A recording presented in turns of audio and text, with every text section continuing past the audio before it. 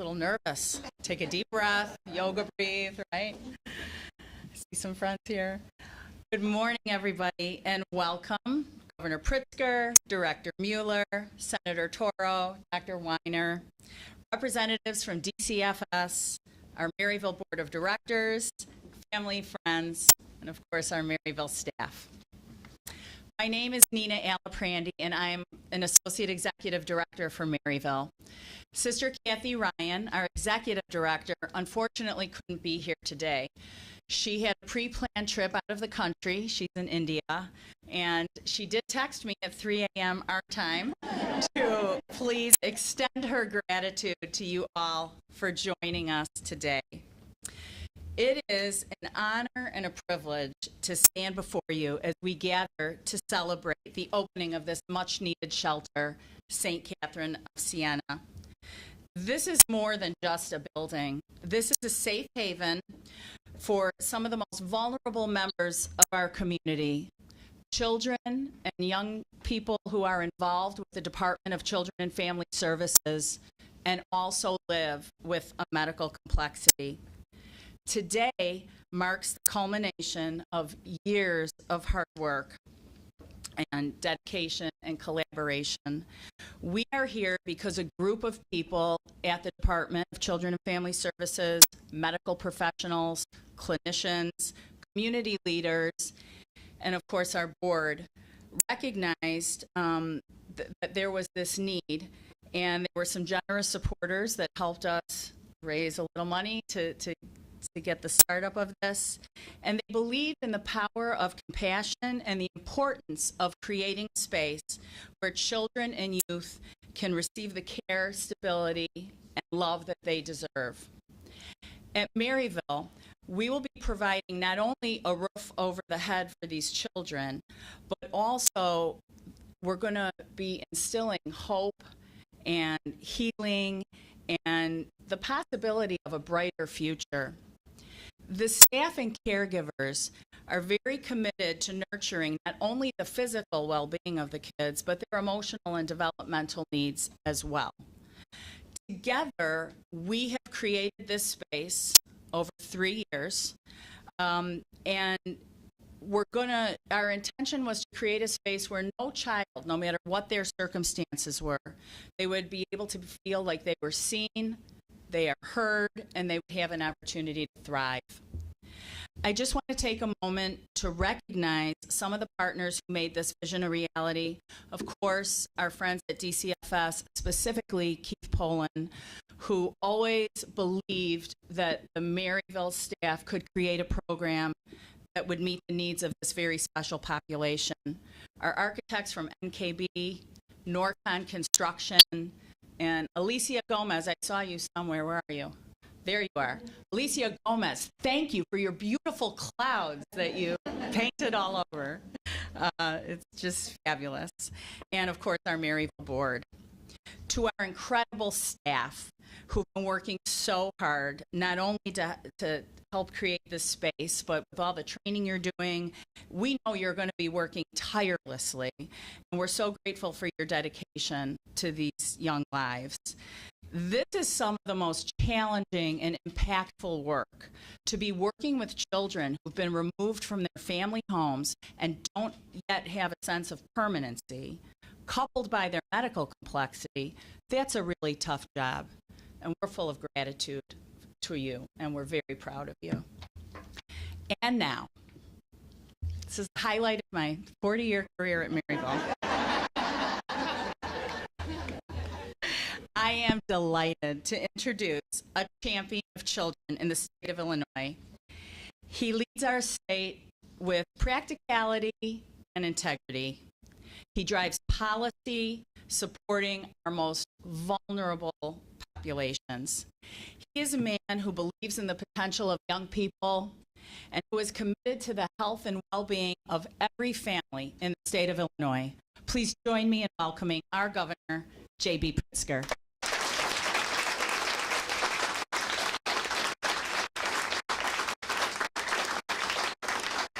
Thank you very much for that very kind welcome. Thank you to Nina. Good morning, everyone. Oh, I love that. Everybody's wide awake. They've had their coffee. That's terrific. Nice to see everybody. And it really is a spectacular day outside and inside here. I just can't tell you, this is one of the best parts of my job, right? Is to serve the most vulnerable children in our society, to be able to cut the ribbon on a place like this, right? It does the heart good. And so I just want you to know, when I wake up in the morning as governor, I always have thought, people ask me, why do you like the job so much? And it's because you can actually really make a difference every single day on the job. And this is a day where I feel like, it's a 3-year overnight success, I understand, but this is a day where I feel like we're making progress in the state. So thank you all for giving me that feeling. Thanks to all of you for joining us in the celebration of a critical new piece of our healthcare infrastructure for young people in Illinois.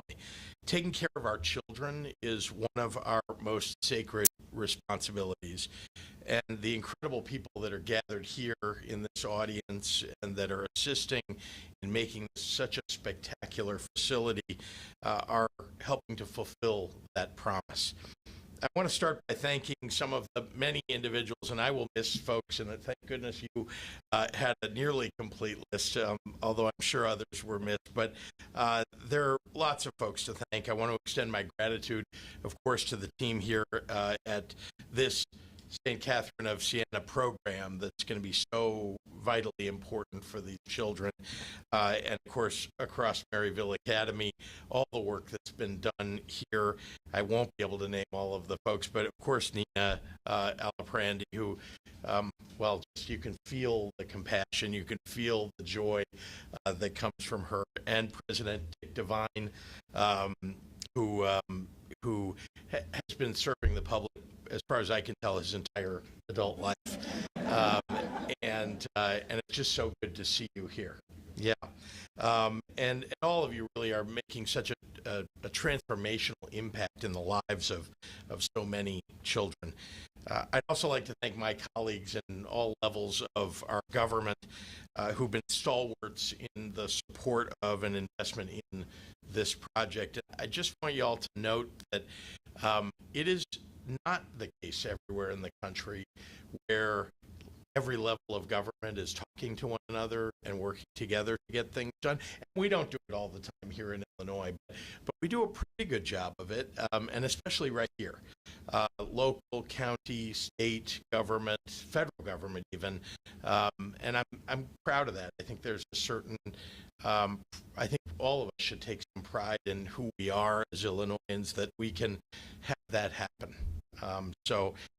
That having been said, I want to thank State Senator Natalie Toro for your leadership in Springfield, and of course Director Heidi Muller, who has done such a terrific job at the Department of Juvenile Justice for so many years. When I came into office, I'll just point out that she was already in office. So, thank goodness she was willing to keep doing the job that she was doing at DJJ, because she really is a spectacular leader. And then when we came to her and said, we need your help because you transformed DJJ, now we need more transformation at the Department of Children and Family Services. And I know that you had put so much effort in, and you had to think hard about whether to take on another really big challenge, but she did, thank goodness. And so I'm grateful for your leadership. I'm grateful for the idea that the people at the Department of Children and Family Services, who need a great leader all the time because it's hard work, get to have Heidi Miller as their director. Today we applaud real progress that's made in youth care by virtue of the opening of this facility.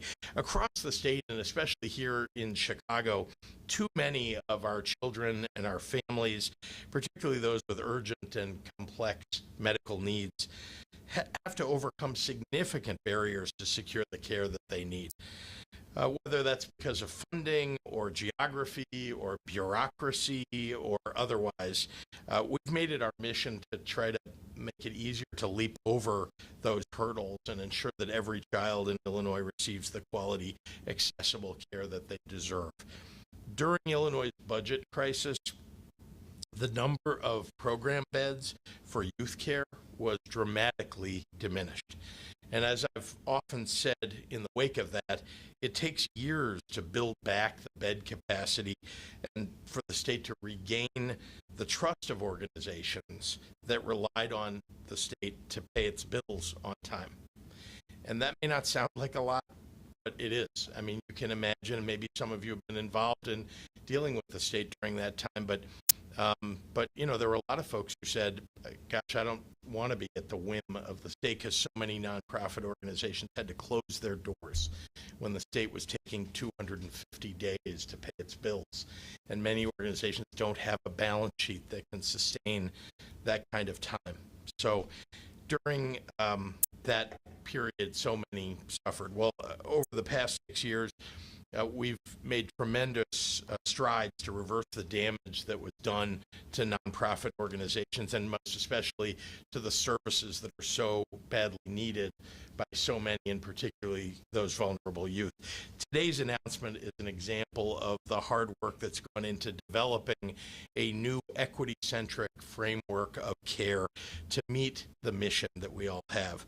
One that responds to the unique needs of individuals and their families, their communities, and follows a continuum of care to treat immediate medical needs while helping patients transition to long-term health and stability. This facility and ones just like it across the state are part of our vision coming to life. In the next, I want to just remind you, I said 3 years. It's taken 3 years. It takes a long time, again, to build back this capacity. And you all, you know, you're intrepid on the front lines of getting this done. And again, it means so much. You know, what you've done here is going to make such an enormous difference. In the next 3 months, DCFS will have 40 additional program beds to offer youth in care. Maybe that doesn't sound like a lot to you, but 40 kids, 40 young people will get the terrific care that they deserve. Vulnerable patients will receive comprehensive care in a warm, comforting environment from staff with the training and resources that are necessary to meet their complex medical needs. Not only that, but the incredible team at Maryville will provide patients and their caregivers with information and resources to transition back into their communities and everyday lives without missing a beat in the recovery process. With capital and operating support from DCFS, the state of Illinois is proud to have played a role in bringing this project to life. A new rate guaranteeing payment will support all of the standard care costs, along with specialty positions and other costs like nursing and case management, transportation, and food that this population needs. This is just one of many awards to facilities across the state of Illinois that are part of a comprehensive effort to increase capacity in youth care. That's a testament to the tireless commitment of our agency staff, too, and to the community partners.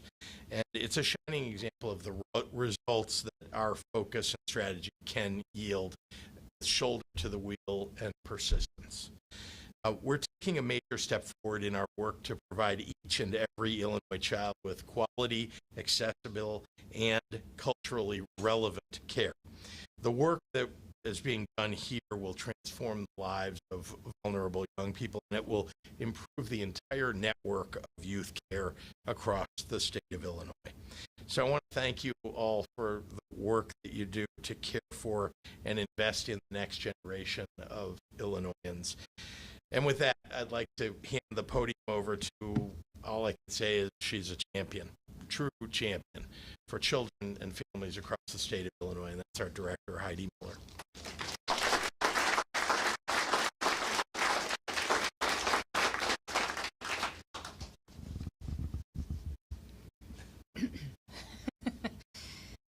I even wore heels. Thank you, Governor Pritzker. And my name is Heidi Miller. I'm the director of DCFS. And on behalf of the team at DCFS, I'd like to thank you for your unwavering commitment to the children and families of Illinois. A lot of people talk the talk, of supporting our state's most vulnerable children, but from the moment you took office, you have walked the walk. Increasing funding, increasing staffing to ensure children and families in care have the support, resources, and high-quality care that they need and deserve. This project would not be possible without this man at the helm. And it also certainly would not be possible without the staunch support of the Illinois General Assembly and legislators like Senator Toro, who understand that our state's most vulnerable, or our state's actually most precious resource is our people, and that our values demand that we invest in and care for our children. It is this support that makes the Maryville at St. Catherine of Siena program possible. This incredible program provides both specialized medical care and social, developmental, and emotional support to youth who require ongoing support for complex medical needs. Even better to us at DCFS, this program works closely with families and caregivers to train them on how to support their children's medical needs at home so that children can return to permanent homes safely, homes that they yearn for and deserve. I'm so excited today because the Maryville at St. Catherine's home that we are celebrating represents a core piece of our vision for DCFS, building a high-quality continuum of care for youth with special needs that meets their individual needs in loving, home-like environments in their own communities. I'm proud because this program is another step toward fulfilling our promise to increase our capacity to provide safe and clinically appropriate residential care for youth with complex needs. And as the governor said, in fact, over the next 3 months, this, along with several other new programs, will add 50 more specialized care options for young people who desperately need them. So get ready, because we're going to be doing this a whole lot over the next couple months. But most importantly, what I want to say about this program is that by partnering with trusted partners like Maryville, we can be assured that our kids and their families will be treated like family, receiving the care and love we all want for our own families. And that is so critically important to me in this role and all of the folks at DCFS that I work with. A few weeks ago, I had a chance to meet the boy who will be our first resident here at St. Catherine's. He's 16, and he suffered a tragic gunshot wound that left him paralyzed from the waist down. You might expect a young man who had the life he envisioned for himself ripped away in an instant to be angry and hopeless. And I know he is coping with those emotions. But when I met him, I met a young man, who is funny and smart, who laughs at even my stupid jokes, and is eager to go to school and has dreams of going to college. And he is looking forward to coming here. So my heart feels full today because I have seen the hearts of the Maryville team, including Associate Executive Director Nina Alaprandi and President Dick Devine. And I know that they will know this young man and all of the kids that they care for and love them the way I would love them. So now I have the privilege of introducing Dr. Dana Weiner, the brilliant, passionate, and tireless advocate behind Illinois Children's Behavioral Health Transformation, and someone who has offered me constant guidance over the course of my career and for whose wisdom I am especially grateful now. So without further ado, Dr. Dana Weiner. Thank you. Thank you, Director Miller, for that very kind introduction. And thank you, Director Alaprandi, for your hospitality and leadership in this work. And of course, thank you, Governor Pritzker, for your continued support of innovation and your commitment to making lives better for everyone in our state. I'm Dana Weiner. I'm a clinical psychologist and senior policy fellow and I've spent the last 25 years working alongside of DCFS and DJJ and other child-serving agencies here and across the country to try to improve services, programs, and outcomes for our most vulnerable youth. But in 2022, Governor Pritzker gave me the privilege of leading our state's effort to improve services and programs for kids who have mental and behavioral health challenges. So, as part of this work, we collaborate across the 6 child-serving agencies in our state, and that includes DCFS, to ensure that young people, even those with the most complex needs, can receive help and care to be healthy and strong. But sometimes youth with medical challenges can get stuck because it's so difficult to find a place that can meet all of their needs. We are so grateful to Maryville for stepping up to help us meet the needs of these young people. So it takes strength and courage for young people to navigate the world with physical or medical challenges. And it takes support and training and dedication for the adults who have committed to care for these youth. The St. Catherine of Siena program promises to bolster these youth and their caregivers as they meet the challenges they face, giving them the tools and preparation to do their best, as well as a very bright and hopeful place to be while they're learning and growing. I look forward to watching the impact of this work and this approach to building skills among youth and their families as we continue to work on improving the circumstances of young people who spend time involved with DCFS.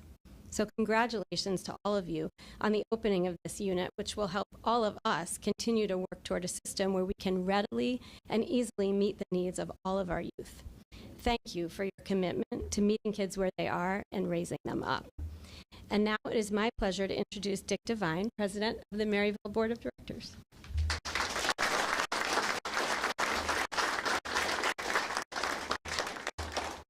Thank you very much, Governor Pritzker, Director Weiner, Senator Toro, Director Miller, a couple of other people I'll talk about later, and honored guests. I also want to specifically mention a couple of board members that are with us today who devote a great deal of time to helping projects like this get off the ground and get the support they need. Mike Monroe and Sean Madden from our board. And I'd also like to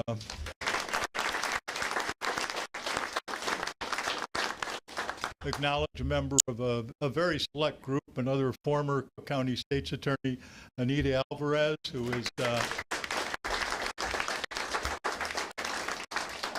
now director of the legal director at Maryville. These days, if we watch TV and read the newspapers, we see so many negative things about war, school shootings, crime, this and that are really somewhat depressing. Today is just the opposite. Today we are at St. Catherine of Siena to recognize a partnership of medical professionals, Department of Children and Family Services, families who make a tremendous commitment themselves and the community to put together a program that will provide short-term care for children who are in complex medical conditions. These partners work to care for these very vulnerable individuals and to help them move along this medical continuum from temporary care to more permanent care. I say all those things, but it really comes down to people. As Director Miller noted, each individual that we care for here and in the other facilities is a human being in very difficult circumstances. Their families are in difficult circumstances. And I can't tell you enough about the staff at Maryville who work so hard to make this happen. They are just tremendous people. I have observed up close and personal the tremendous work that goes over at the Crisis Nursery Center and the Healthcare Center to take care of children who are so threatened. They have difficulty in just making it from day to day. And our people do that work that is so draining, not just physically but emotionally, in a very special way that touches my heart whenever I go there. And with the help of the governor and DCFS, we are now bringing that same level of care and commitment to this facility, which I think strikes everybody when you walk in as just so uplifting and positive that people not only will get the care, but they'll be in an environment where they feel there's hope, where they feel positive about things. The Maryville Board is committed to doing all we can, working with our partners to make sure this program and others like it continue and move on. And it happens at Maryville because of the staff and because of the leadership, like Nina's, who is just a tremendous leader for us in motivating other staff and in working with the children. And I have to say a word about our executive director, Kathy Ryan. Whenever we have a function like this, Kathy always grabs me beforehand and says, "Don't talk about me." But she's in India, so she won't keep me after school if I do talk about her, which is good. She is a truly inspirational leader for all of us. I think I speak for all the board members, certainly for myself and senior staff, when we say it is not just that Kathy runs things. Kathy inspires all of us to give that little extra, to do whatever is necessary to help these children who are so vulnerable. So I am so pleased and grateful to have had the opportunity to work with her all these many years. I want to thank you all for attending today, and we have staffs from various agencies here and other people. But without your support and the commitment of community and outsiders, none of this would be possible. So every day we're grateful for all that you do and all that you commit to Maryville, to DCFS, to the governor's work, and to all the other programs in the state of Illinois that are trying to help our children. It is now my distinct pleasure to introduce to you Senator Toro from the 20th District. She is another individual who just doesn't stand up at ribbon cuttings and special events and wave at it. She's out there. She spent many years working in the Chicago Public Schools as a teacher with children, and her work in the legislature has been equally devoted to helping children, as is evidenced by this great facility we have. So please join me in welcoming Senator Toro.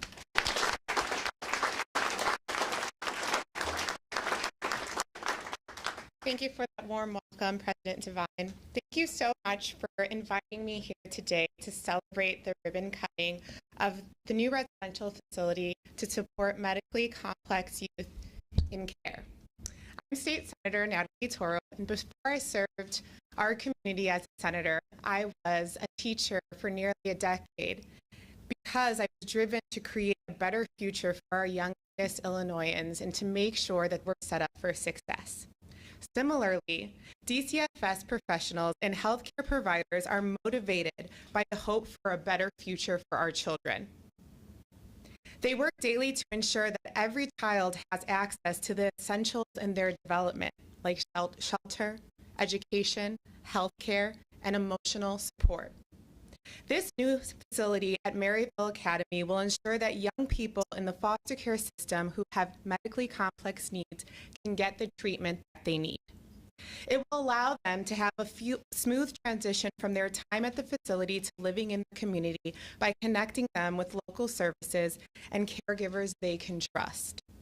Most of all, it will ensure that these children who are experiencing a lot of fear and change in their lives will be comforted in having a secure place designed to meet their needs, both their current medical concerns and any underlying issues related to being in the foster care system. All children deserve high-quality health care, especially when they are experiencing complex and intense symptoms. I'm proud to have fought for these investments for this new shelter so that more young people can access life-saving care and be successful in the future. Once again, thank you so much for inviting me here today. I'm so honored to be here. And thank you to everyone at DCFS who has made this ribbon cutting possible. At this time, I would like to invite everyone up so we can cut that ribbon. Thank you.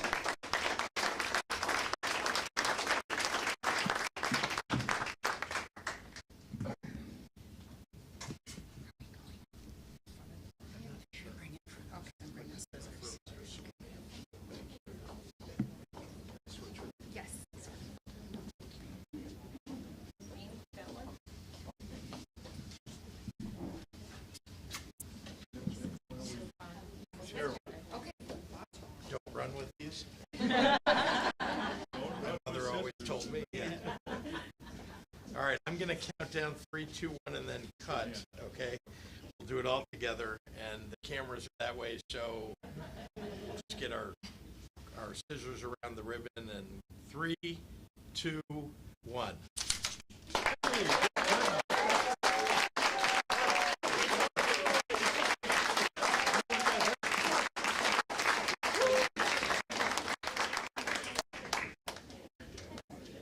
Great.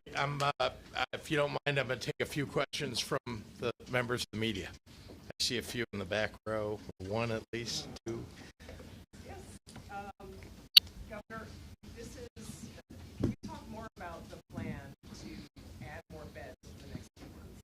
Sure, and I'm going to ask Heidi to add to my remarks, but this is, as I have said many times before, and I know it's hard for people to understand, it takes a long time to add capacity, because what happens is that there is so much need, and it isn't just by DCFS. There's just need across the board, and the result is that when the state fails to continue its contracts, to pay its bills and so on, that capacity goes away. I mean, it goes to someone else, and they make commitments. And so we've had to kind of start from scratch over the last number of years. It took 3 years to get this, up and running. And so we're very proud of the work that's being done. So much more to do, right? There were, I think across the board, there were like 500 beds that were lost, and this is across a whole bunch of needs, but including medical complexity. Back during the budget crisis, this is 7 years ago. So this is just a piece of a much larger strategy that's happening. It's been ongoing. We've been investing for a number of years. We did it in part with the capital bill that was created back in 2019. We created the capital necessary. We've done it through the budgeting at DCFS. And then just supporting, you heard me talk about the operational support that's coming to a program like this. That's another piece of what the state needs to be committed to. This has to be a long-term commitment, and we've made that long-term commitment. So you're going to see a steady growth of the number of beds as it has been over the last couple of years, but even more so over the next couple. What's the maximum? I mean, is there a limit? I mean, what's the goal?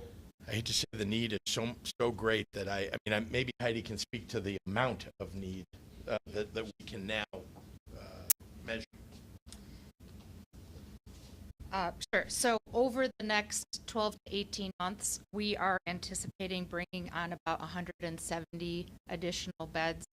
That's our goal. We're actually working really closely with Dr. Weiner and her team because we want to make sure that we're meeting the need where it exists. So her team is helping us geomap and identify, what are the specific sort of individual needs that kids have in which regions so that we can invest our dollars most wisely. And I do want to say that part of our goal is to also invest not just in sort of these brick and mortar residential spaces, but also really invest money in the kind of supportive care and services that kids need so they can remain at home with their families. Great job. Olivia. Hi, Governor. Hi. I wanted to ask something off topic on the presidential election, but specifically with regard to the Ukrainian American community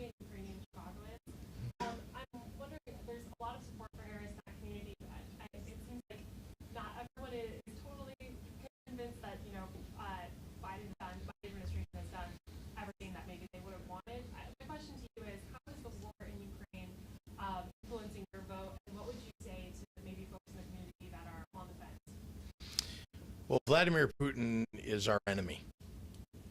Let's all be clear. So anybody who thinks that buddying up with a dictator, an autocrat who is an enemy to the United States is a good thing is wrong. So when there's an invasion by one country into another country, particularly into a country that's an ally of ours by an enemy, our support for our ally is vitally important. President Biden has done that every step of the way. It was, in fact, his predecessor, President Trump, left open the opportunity for President Putin to do it because essentially he never stood up for Ukraine. So I think that there's a widespread recognition, certainly in the Ukrainian American community. I'm Ukrainian by background. My great-grandparents emigrated to this country from Ukraine. They were driven out of Ukraine by the Russians. And so this war is somewhat personal for me, but I also can take the names off the countries and just say this is what the United States is supposed to do for its allies. And by the way, we're preventing the possibility that we would have to send our own troops by supporting Ukraine. And so I don't know how it's going to affect the ultimate vote on November 5th or all the people voting from now until then. I do know that I think, from my perspective, patriots of the United States who think that Russia and Vladimir Putin are working against U.S. interests should be standing with the administration and supporting the government of Ukraine. Mm-hmm.